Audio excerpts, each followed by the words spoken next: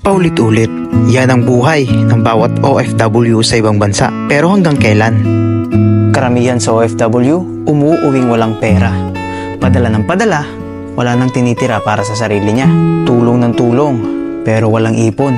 Tapos kapag siya na yung nasa baba, hindi niya alam kung paano aahon. Kasi yung mga tinulungan niya noon, hindi na siya kilala ngayon. Real talk lang, ang mga OFW sobrang bait. Sobra lagi ang perang padala. Kahit wala ng pera, mangungutang pa. Tapos kapag uuwi ng Pilipinas, lahat may pasalubong. Pasintabi po, pero mas madalas, mabango ka lang kapag may pera ka. Hindi lahat, pero karamihan.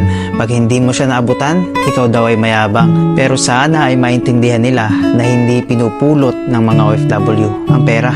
Kung isa ka sa mga nasa ibang bansa ngayon, darating ang panahon na magre-retire tayo, na uuwi tayo. Hindi habang buhay gusto nating magtrabaho sa mga among nagbibigay ng sweldo. Hindi naman masama na maghangad ng malaking sweldo, pero hindi ba mas maganda na tayo ang nagpapasweldo? Na ikaw mismo ang nilalapitan ng mga taong naghahanap ng trabaho dahil ikaw na mismo ang mayroong negosyo. Yan din mismo ang isa sa mga pangarap ko. Kaya naman mga kababayan kong OFW, ito ang challenge ko sa inyo. Ituloy nyo lang ang pagtulong, pero wag nyong kalimutan ang sarili ninyong ipon para pagdating ng panahon, hindi ka magsisi at sabihin, sana ginawa ko ito noon. Eh di sana, for good na ako sa Pinas ngayon.